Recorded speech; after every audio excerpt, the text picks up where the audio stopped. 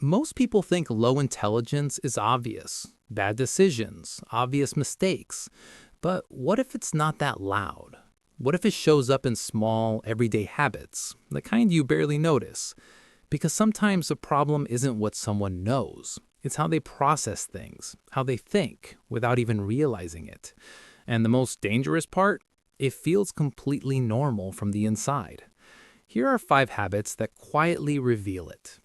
Habit 1: rigid thinking or thinking in absolutes. Have you ever noticed how some conversations shut down almost instantly? You're in a meeting, someone shares a different idea, and before they even finish, you can feel it. That's wrong. That won't work. What if it's not confidence, but rigidity? I've caught myself doing this more than once, thinking I understood something when I was really just protecting what already made sense to me. Because real situations aren't that clean. They're messy, contradictory, incomplete. But when your mind defaults to right or wrong, you stop exploring and start defending. And over time, that feels like clarity, when it's actually just limitation. Habit 2: overestimating your abilities.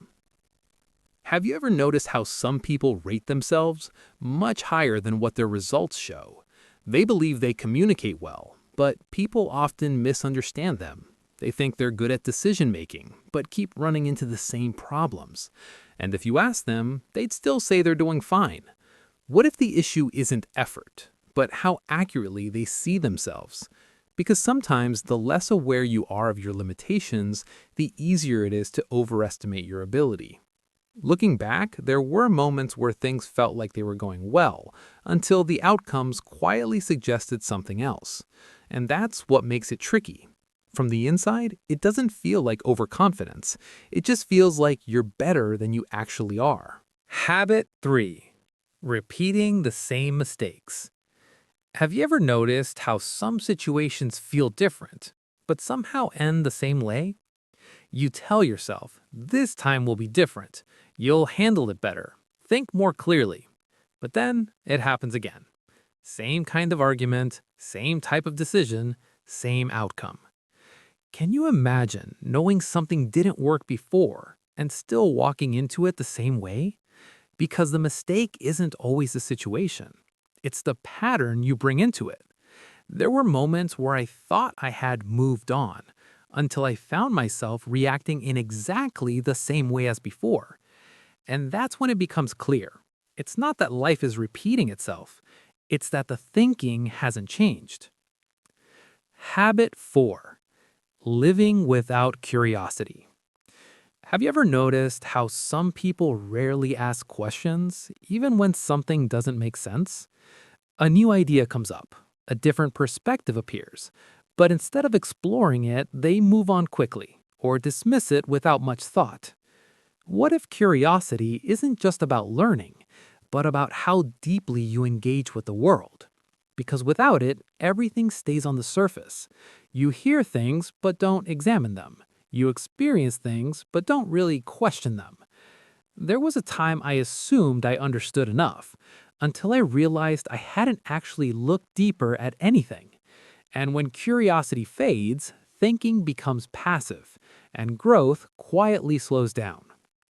Habit 5: avoiding deep thinking. Have you ever noticed how easy it is to move on without really thinking something through? A problem shows up. Instead of sitting with it, you distract yourself. Scroll a bit, switch tasks, let it pass. And it works, at least for the moment. But what if avoiding deep thinking doesn't remove the problem? It just delays understanding it. Because real thinking takes effort. It's uncomfortable, slow, sometimes frustrating. So it's easier to stay at the surface. Quick answers, simple conclusions, no real pause. I didn't always see this clearly. There were times I thought I had figured things out, when I had really just moved on too quickly. And over time, that creates a habit, where you react fast, but rarely think deep.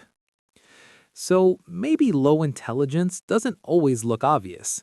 It's not just mistakes, it's patterns in how you think, how you react, how you see yourself.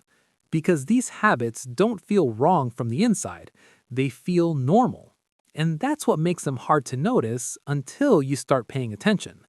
And sometimes, just noticing one of them quietly is already where things begin to change.